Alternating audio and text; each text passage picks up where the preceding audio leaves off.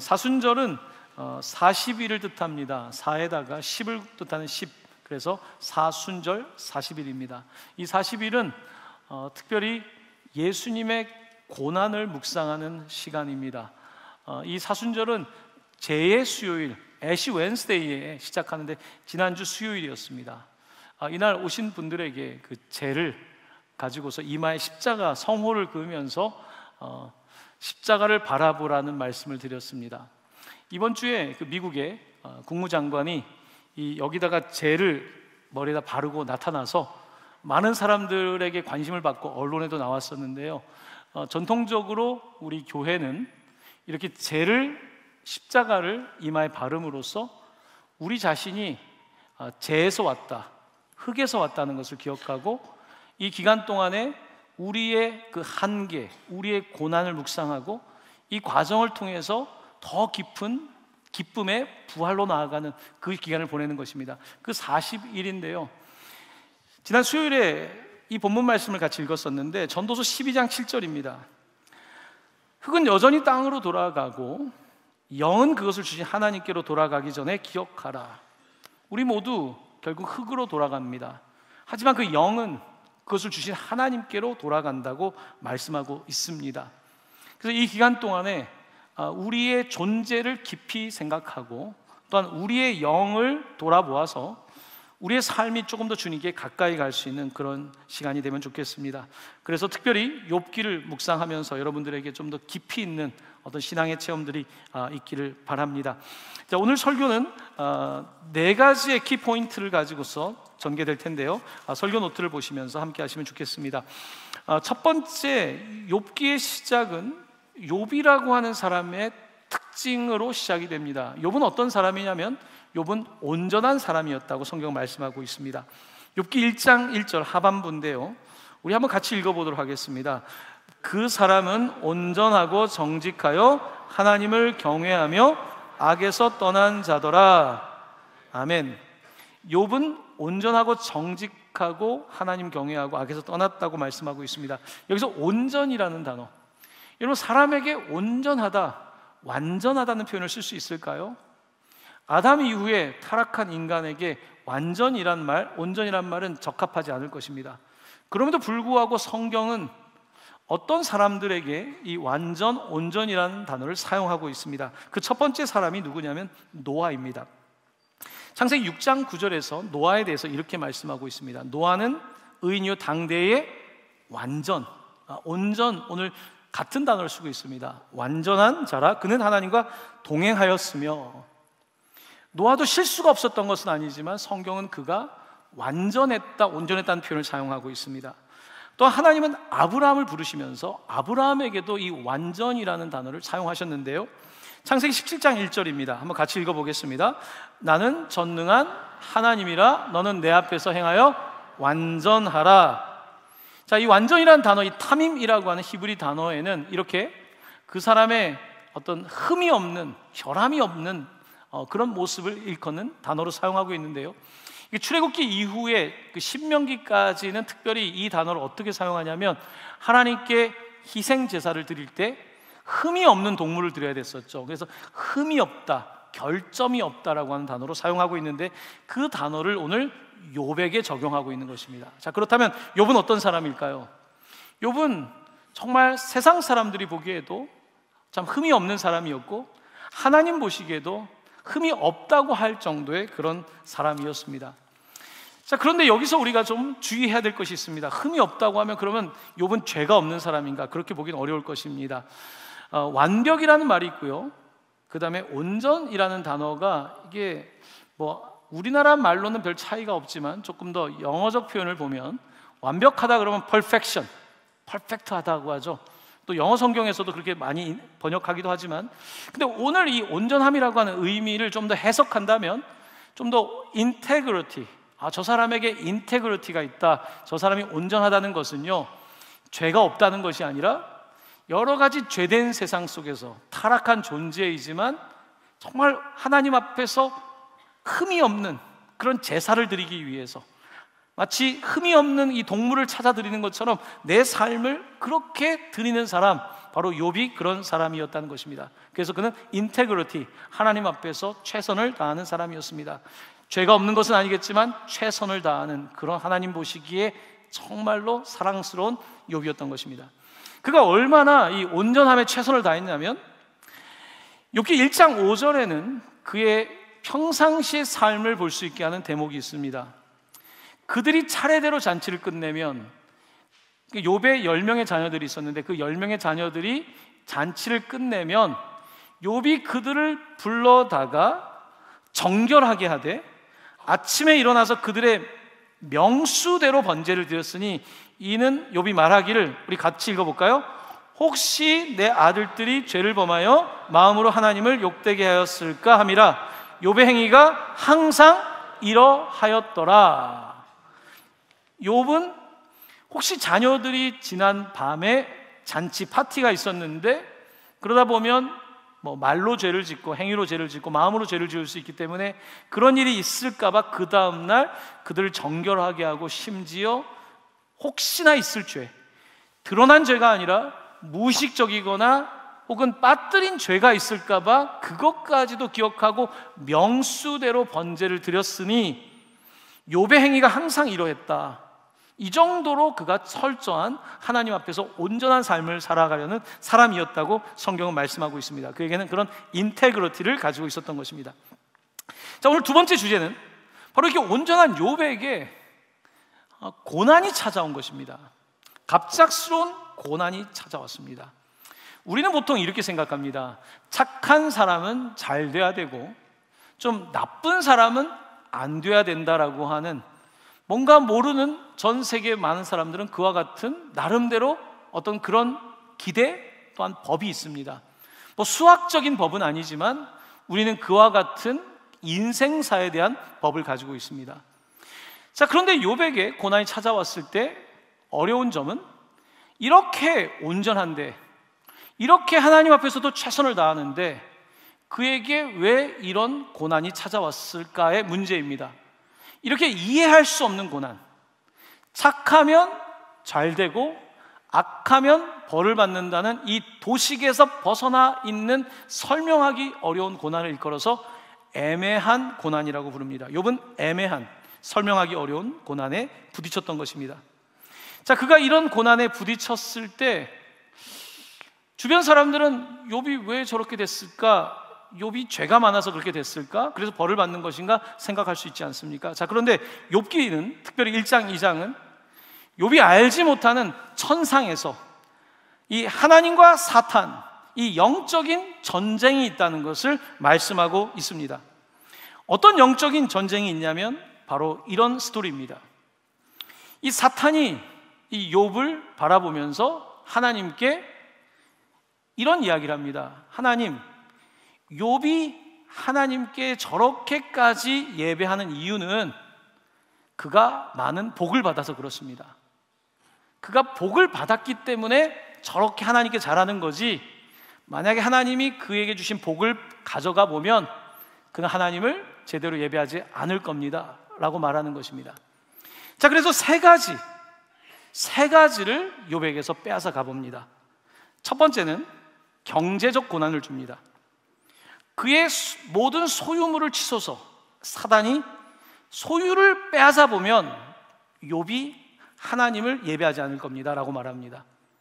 자, 그러면서 두 번째 또 재난을 주는데 하루아침에 이 10명의 아들, 딸이 다 죽고 맙니다. 큰 재난이 닥친 것입니다. 그래서 종들이 와서 그들이 죽었나이다. 자, 그러면 이렇게 관계의 고난이 찾아올 때 그가 예배를 떠날 겁니다. 사단은 이야기한 겁니다. 세 번째, 경제나 관계가 아니라 그 사람 자체를 시험하면, 건강에 고난을 주면 바로 그가 하나님을 떠날 겁니다. 그래서 사단은 그의 뼈와 살을 치라고 말하는 것입니다. 자, 이렇게 사단이 이 욥이란 사람을 놓고서 그를 시험하게 해달라는 것입니다. 하나님이 그러니까 시험을 해보라는 거예요. 꽤나 설득력 있는 말 아닙니까? 욥이 하나님을 섬기는 이유는 경제적으로 복을 받아서 자녀가 잘 되어서 건강하기 때문이라는 것입니다. 그러니까 욥의 이야기는 욥은 기복신앙을 갖고 있는 사람이라는 주장입니다. 욥은 기복신앙을 갖고 있기 때문에 그에게 복이 사라지면 하나님을 예배하지 않을 것입니다. 이게 그의 주장인 것입니다. 다시 말하면 욥이 하나님을 사랑하고 하나님 때문에 예배하는 것이 아니라 그가 받은 것 때문에 예배하는 것입니다. 그러니까 그 받은 것을 가져가면 그러니까 그는 하나님 예배하지 않을 것입니다. 그가 지금 받은 경제, 관계, 건강이라는 복은 그냥 그것을 붙잡고 싶은 하나의 목적으로 하나님을 수단으로 이용해서 복을 받는 것이라는 그런 주장인 것입니다. 자, 이런 나름대로의 그 사단이 이렇게 하나님께 질문을 던지는데요, 뭐 설득력 충분히 있죠. 자, 그러면 왜 사단은 이렇게 이런 방식으로 사람들을 계속해서 고난을 주는 것일까? 여러분, 창세기 1장부터 우리가 이제 아담 하와 이야기로 이제 3장으로 넘어가 보면 이제 아담과 하와가 사단에게 시험을 당하지 않습니까? 시험을 당할 때에 사단은 어떤 목적을 갖고 있습니까?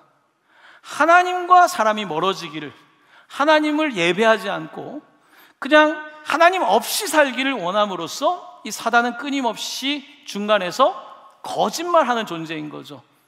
사단은 마찬가지입니다. 지금도 여러분들이 하나님을 떠나기를 원하는 거예요. 하나님을 믿지 않는 사람이길 원하는 거예요. 경제적 고난 때문에 하나님 떠나기 원하고, 그리고 관계 어려움 때문에 하나님 떠나기 원하고, 건강이 나빠지면 하나님 떠나기를 원하는 것입니다. 사단은 그와 같은 목적으로 계속해서 우리를 공격하는데요. 자, 사단은 어떤 존재인가? 요한계시록 12장 10절에는 이렇게 되어 있습니다. 우리 이 말씀을 한번 같이 보겠습니다. 우리 형제를 참소하던 자, 곧 우리 하나님 앞에서 밤낮 참소하던 자. 그러니까 사단은 accuser, 그러니까 우리를 계속해서 고발한다는 것입니다. 그러니까 우리의 죄를 들춰내서 고발하기도 하지만 어떨 때는 없는 것도 들춰내서 고발하는 역할을 한다는 것입니다. 이 사단은 오늘 이 욥기에서는 마치 검사와 같은 역할을 합니다. 그러니까 죄를 찾고 그걸 고발하는 역할을 검사가 하지 않습니까? 자, 그래서 하나님께서는 이제 사탄에게 그 권한을 주니까 사탄이 압수수색을 하는 거죠. 털어보는 거예요. 경제를 다 털어보는 거예요. 정말로 근데 온전한 거예요. 깨끗한 부자인 거예요. 근데 경제를 근데 그것만이 아니라 그걸 근데 가져가 봤어요. 관계적으로 봤을 때도요, 남한테 해를 끼치지 않았어요. 다 털어봤어요. 온전해요. 근데 이번에는 자식을 데려갔어요. 건강, 그것까지 다 털은 거예요. 그렇게 다 했더니 이제 사단의 주장인 거죠. 그 주장을 관철시키기 위해서, 자기의 주장대로 그것을 증명하기 위해서, 자, 이제 하나님 보세요. 사단은 분명히 욥은 하나님을 떠날 겁니다. 이 주장을 지금 사단이 하고 있는 것입니다. 사단은 오늘도 여러분들을 공격하고 저를 공격합니다. 혹시 이 자리에 오늘 경제적인 문제 때문에 요즘 내가 이렇게 하나님 앞에 나와서 예배하는 것 이게 맞는 건가? 차라리 이 시간에 일을 해야 되는 거 아닌가? 때로는 그런 성도님들 계십니다. 내가 정말 헌금을 드릴 정도의 수준도 안 되는데 내가 무슨 예배를 해? 사단은 계속 공격하는 거죠. 최근에 정말 슬픈 일을 당하고, 자녀가 먼저 세상을 떠나고, 갑작스럽게 젊은 나이에 배우자가 떠나고 하면 사람들이 나를 보는 것 같고 하지 않습니까? 나 같은 사람이 무슨 예배를 해? 차라리 그냥 나는 조용히 그냥. 사단은 끊임없이 우리를 이렇게 넘어뜨리는 거죠. 건강이 약해가지고 내가 뭐 아픈 사람이 지팡이 짚고 교회 가면, 내가 암과 싸우면서 머리털이 빠지면서 이렇게 가서 있고, 괜히 화장실 힘드니까 왔다 갔다 하면서, 사단은 끊임없이 우리를 공격하는 것입니다. 그러니까 예배를 공격하는 것이죠. 사단은 이 모든 과정을 통해서 뺏고 싶은 것이 있습니다. 그것은 바로 예배입니다. 세 번째입니다. 사단의 시험의 목적은 예배를 무너뜨리는 것입니다. 사단의 목적은 여러분의 경제가 아니라, 여러분들의 관계가 아니라, 여러분의 건강이 아니라, 더 궁극적으로는 여러분의 예배를 뺏고 싶은 것입니다. 하나님으로부터 여러분을 뺏고 싶은 것입니다. 하나님을 예배하는 자가 아니라 경제를 바라보는 자, 하나님이 아니라 건강을 바라보는 자, 이것이 다인 것처럼 우리를 그렇게 넘어뜨리려고 하는 것이 사탄의 전략 아니겠습니까? 여기에 사탄의 목적이 있는 것입니다. 베드로전서 5장 8절은 이렇게 말씀하고 있습니다. 우리 같이 읽어보겠습니다. 근신하라 깨어라, 너희 대적 마귀가 오늘 사자같이 두루 다니며 삼킬 자를 찾나니. 그러니까 욥도 지금 다른 사람은 다 삼켰는데 욥을 삼키고 싶은 거예요. 여러분, 저렇게 좀 착하고 괜찮은 사람 있으면 가서 막 무너뜨리고 싶은, 이거 사실 너무 악한 거잖아요. 사단은 그와 같은 마음을 가지고 지금 욥을 무너뜨리려고 하는 것입니다. 욥을 무너뜨리면 진짜 다 무너지는 거 아닙니까? 교회에서는 목회자를 무너뜨리고 정말 믿음 좋았던 사람을 무너뜨리고, 그렇게 무너뜨림으로써 사단은 사람들이 하나님으로부터 떠나기를 목적으로 하고 있고, 죄가 없음에도 불구하고 자꾸 무고한 사람들을 자꾸 문제를 일으키는 이와 같은 일을 바로 사단이 한다는 것입니다. 자, 그래서 이 시험의 목적은 예배를 무너뜨리는 것인데요, 3번의 첫 번째를 보면 시험 뒤에는 사탄이 있습니다. 내가 잘못하고 내가 정말 나쁜 짓을 해서 시험에 빠질 수도 있죠. 하지만 이런 애매한 시험은 사탄이 그 뒤에 있다는 것입니다. 그가 주장하는 논리는 이겁니다. 욥이 어찌 까닭 없이 하나님을 경외하리까? 욥은 기복신앙자입니다. 욥은 복 때문에 예배하는 거지 하나님 착각하고 있는 거예요. 하나님 때문에 예배하는 것이 아닙니다. 바로 이것이 욥의 강력한 사단의 주장인 것입니다. 우리는 이런 시험 앞에서 어떻습니까? 여러분은 어떻게 반응하십니까? 여러분도 정말 내가 복이 없어요, 예배할 수 있으십니까? 내가 정말 지금 막 경제적으로 힘들어요, 그래도 예배할 수 있겠습니까? 내가 정말 왜 이렇게 병을 얻었는지 모르겠어요, 그런데 예배할 수 있겠습니까? 하나님은 그 예배를 원하신다는 거예요. 그 예배, 정말 순수한 목적의 예배를 원하시고, 사단은 그 예배를 뺏기를 원한다는 것입니다. 우리가 예배하면서 때로는 시험에 빠집니다.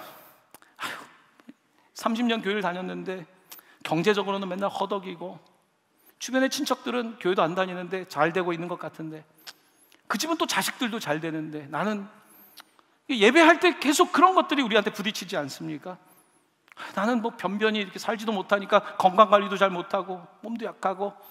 여러분, 사단은 이런 것들로 자꾸 그것과 예배와는 꼭 관계된 게 아니거든요. 그럼에도 불구하고 계속해서 우리에게 그와 같은 논리를 통해서 하나님을 예배하지 못하게끔 사단은 우리를 공격한다는 것입니다. 자, 그러면 우리가 이 지켜야 되는 예배란 무엇인가? 여러분, 예배는 영어로는 worship이라고 합니다. worship. 예배는 가치, worth, 가치를 부여하는 모든 행위를 말하는 것입니다. 예배는 여러분이 worth, 그 가치를 하나님께 올려드리는 것입니다. 자, 오늘 우리가 주일 3부 예배를 드리고 있습니다. 여러분, 이 시간에 여러분들 뭐 정말 날씨도 좋아지는데 산에 올라가서 좀 걷고 나면 건강도 좋아지는 것 같고, 여러분, 산에 올라가면 거기에 가치를 부여하는 거예요. 건강에 가치를 부여하는 거예요. 그런데 오늘 이 시간에 우리가 예배를 하고 있는 이유는 왜 앉아 있습니까? 축복 받으려고? 뭐 그것도 뭐 작은 이유일 수 있겠습니다만, 이게 나에게 가치가 있는 거예요. 하나님은 나에게 그런 분인 거예요. 난 하나님을 예배하고 싶어요.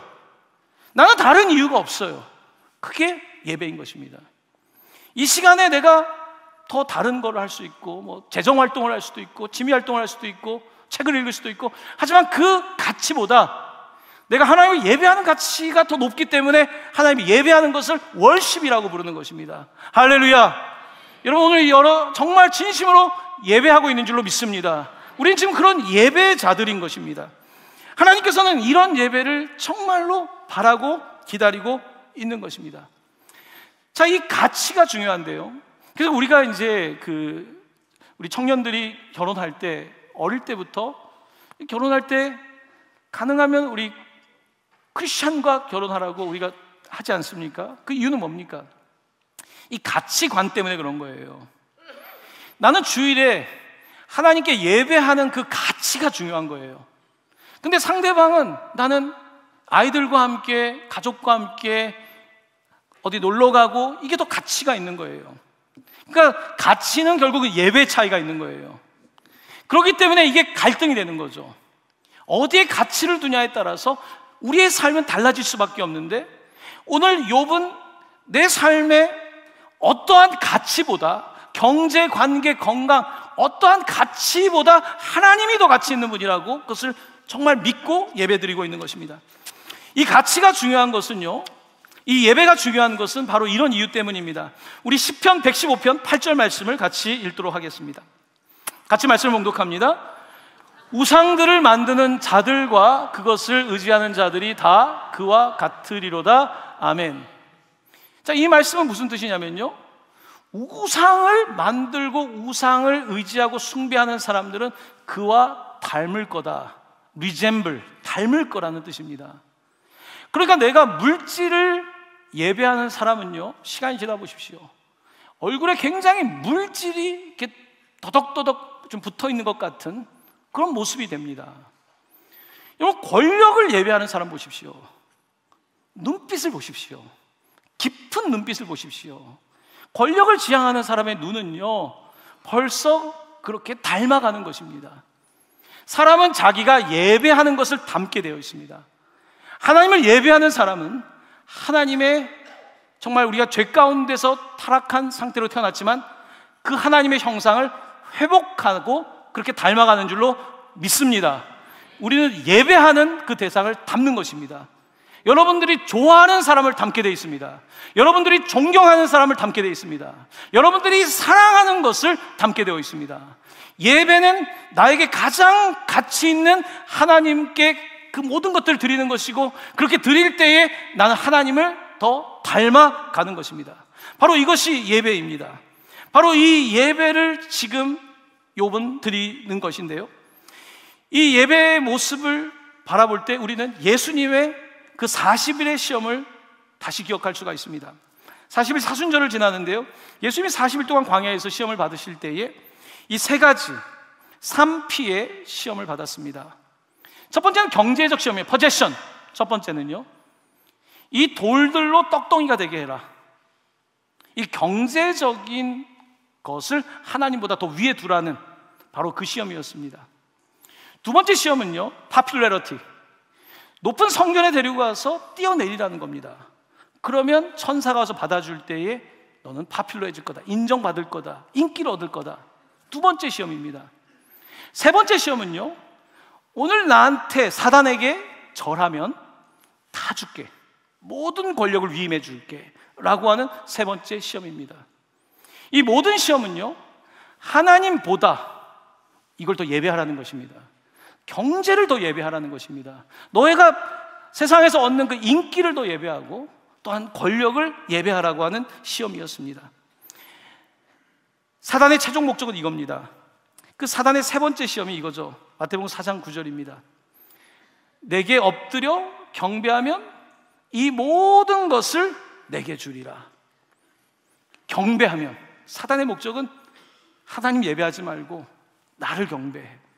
내가 장악하고 있는 이 세상의 물질, 이 세상의 것들을 경배해라고 우리를 속이는 것입니다. 그때 예수님께서는 진정한 예배로 사탄을 대적하시는데요, 4장 10절 말씀을 같이 읽겠습니다. 사탄아 물러가라, 기록되었으되 주 너의 하나님께 경배하고 다만 그를 섬기라 하였느니라. 아멘. 아멘. 그렇습니다. 지금 예수님은 40일 동안에 예배 싸움을 하고 있는 것입니다. 지금 경제와 인기와 그리고 권력을 예배하라고 하는 사단의 그 놀라운 그 도전 앞에서 예수님께서는 사탄아 물러가라, 주 하나님만 예배하고 주 하나님만 경배하고 다만 그를 섬겨라. 나는 하나님의 가치, 하나님 때문에 예배하는 것이지 이런 것 때문에가 아니다라고 주님께서 단호히 물리치셨습니다. 자, 이제 예수님께 더 이상 검사인 사탄은 할 말이 없습니다. 논리적으로 분명히 넘어질 거라고 생각했는데 넘어지지 않습니다. 그 결과 사탄은 어떻게 합니까? 마태복음 4장 11절입니다. 이에 마귀는 예수를 떠나가 천사들이 나와서 수종드니라. 아멘. 여러분, 사단이 떠나가게 하기 위해서는 여러분이 하나님을 예배해야 되는 줄로 믿습니다. 예배할 때 사단이 떠나가는 줄로 믿습니다. 정말 우리가 하나님을 예배할 때에 이런저런 문제들이 중요하지 않은 것은 아닙니다. 경제, 관계, 건강 중요하지만 이것들이 하나님의 향한 예배를 막을 수 없다는 것입니다. 자, 이제 마지막 네 번째입니다. 네 번째는 모든 상황 속에서 예배로 사탄을 대적하라입니다. 모든 상황 속에서. 첫 번째입니다. 모든 상황 속에서 하나님을 예배하라. 우리 욥기 1장 20절 말씀을 같이 읽겠습니다. 욥이 일어나 겉옷을 찢고 머리털을 밀고 땅에 엎드려 예배하며. 아멘. 그러니까 욥이 이런 상황에서 낙심하고 나 이제 더 이상 예배 안 해, 나 더 이상 믿지 않을 거야, 난 아무도 믿지 않아, 이런 선택이 아니라 겉옷을 찢고 머리털을 밀고 엎드렸다. 이것은 구약의 어떤 사순절의 회개처럼 그런 모양입니다. 정말 이런 상황에서 그가 최선을 다해 예배하는 거예요. 하나님, 내가 주님 앞에서 정말 내가 모르는 죄도 있잖아요. 겉옷을 찢고 머리털을 밀고 땅에 엎드리는 이 놀라운 예배를 드립니다. 이 사단이 공격을 받는 거죠. 분명히 이 정도면 넘어질 텐데, 이 정도 털고 이 정도면은 그냥 다 포기할 텐데, 욥은 그렇게 하지 않고 놀랍게 예배를 드리면서 사단을 지금 무찌르고 대적하고 있는 것입니다. 그는 이런 상황에도 분명히 예배를 선택한 것입니다. 오늘 여러분들이 예배를 선택하셨습니다. 선택한 거예요. 나는 오늘 이 시간 예배하겠다고 선택한 것입니다. 정말 우리 교회도 암 말기에 성도가 있습니다. 금요일마다 정말 어떻게 좀 매주 얼마나 힘들겠습니까? 근데 예배하는 거예요. 예배. 오늘 예배당에도 정말 지금 암 말기 가운데 지금 고통당하고 있는 형제가 있어요. 내가 오늘 예배하겠다는 거예요. 내가 더 이상 뭘 붙잡겠습니까? 내가 예배하겠다. 하나님을 예배하겠다. 이 놀라운 이 고백이 있을 때에 하나님께서는 그 예배를 기뻐하십니다. 너무 기뻐하세요. 정말 너무 속상한 일이 있고 정말 눈물이 앞을 가려서 예배 시간에 때로는 그런 거 있잖아요. 말씀 때문이 아니라 그냥 이 자리에 있는데 그냥 눈물이 나는 때 있지 않습니까? 정말 설명할 수 없는 그런 아픔을 겪을 때, 근데 그냥 앉아 있는 거예요. 무슨 말인지도 모르겠지만 그 예배, 하나님은 그런 예배를 기뻐하십니다. 정말 주님은 예배자를 찾고 있고 지금 욥은 이 상황 속에서 사단을 대적하는 놀라운 예배를 드리고 있다는 것입니다. 두 번째는 모든 상황 속에서 하나님을 인정하라는 것입니다. 욥기 1장 21절 하반부를 같이 읽겠습니다. 주신 이도 여호와시오 거두신 이도 여호와시오니 여호와 이름이 찬송을 받으실지니이다. 할렐루야. 그렇습니다. 주신 이도 여호와시고 거두신 이도 여호와십니다 하고 고백하고 있는 것입니다. 이 고백 앞에 욥은 이렇게 고백합니다. 욥기 1장 21절 전반부입니다. 내가 모태에서 알몸으로 나와 싸운즉 또한 알몸이 그리로 돌아가올지라. 놀라운 믿음이죠. 어차피 알몸으로 왔는데 알몸으로 재에서 재로, 흙에서 흙으로 돌아간다는 정말 하나님 앞에서 가장 겸손한 예배를 그는 지금 드리고 있는 것입니다. 자, 이제 이 정도면 욥은 정말 온전함을 지키고 있는 거예요. 그가 완벽한 게 아닙니다. 다음 주부터 성경을 읽으면 그가 완벽하게 그런 게 아니에요. 그런데 하나님 앞에서 인테그리티를 정말 끝까지 하나님을 믿는 그 믿음을 놓지 않는 그 욥의 모습을 저희들이 보게 될 텐데요. 자, 이제 이런 상황에서 욥이 막 예배하니까 아내가 와서 좀 화가 나서 아주 현실적인 말과 함께 독설을 쏟아냅니다. 욥기 2장 9에서 10절인데요. 그의 아내가 욥에게 이르되 당신이 그래도 자기의 온전함을 예배하고 그 온전함을 굳게 지키느냐? 하나님을 욕하고 죽으라. 저주를 붓습니다. 저주를 퍼붓습니다. 그때 욥은 놀라운 믿음을 고백합니다. 우리 같이 읽겠습니다. 그가 이르되 그대의 말이 한 어리석은 여자의 말 같도다. 우리가 하나님께 복을 받았은즉 화도 받지 아니하겠느냐 하고 이 모든 일에 욥이 입술로 범죄하지 아니하니라. 아멘. 놀라운 고백이죠. 복을 받으면 하나님 아멘, 화를 받으면 이런 하나님이 다 있어, 난 예배하지 않을 거야가 아니라 복을 주시기도 하지만 화를 주시기도 하는 게 하나님이시지 내가 결정하는 게 아니다. 그러니까 기복신앙을 완전히 넘어서는 거예요. 사실 우리 이 대한민국의 신앙의 기초는 뭐 여러 가지가 있지만 기복신앙이 사실 많이 물려있죠. 하나님이 우리가 믿을 때 복을 주신다는 거 우리 맞습니다만, 때로는요 이 기복신앙을 넘어서서 나에게 아무것도 없는데 그때 예배하는 이 높은 차원의 예배를 하나님이 우리에게 기대하고 있는 거거든요. 오늘 그 예배를 지금 욥이 하나님께 드리고 있는 것입니다. 사랑하는 성도 여러분, 때로는 예배를 한다는 것이 참 어려울 수 있습니다. 심지어 예배 드리는 게 사치처럼 느껴질 수도 있습니다. 때로 예배하는 것이 너무 무기력하게 느껴질 수도 있습니다. 이렇게 예배한다고 달라질까? 때로는 사람들이 막 박수치고 찬양하면 나만 동떨어져 있는 것 같기도 하고요. 내가 이 자리에 있는 게 맞나? 우리는 예배 자리에서 많은 것들을 경험합니다. 하지만 하나님께서는요 오늘 여러 사람이 아니라 여러분 한 분 한 분을 보고 계십니다. 한 분 한 분을 보면서 정말 이 상황에도 예배하는가? 이 상황 속에서도 예배하는가?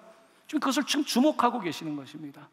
사랑하는 성도 여러분, 예배자 되시기를 바랍니다. 모든 상황 속에서도 예배하시길 바랍니다. 이런 우리가 마지막에 주님 앞에 갈 때 그때 무슨 말로 인생을 마무리하겠습니까? 주님을 예배합니다, 사랑합니다, 할렐루야, 할렐루야.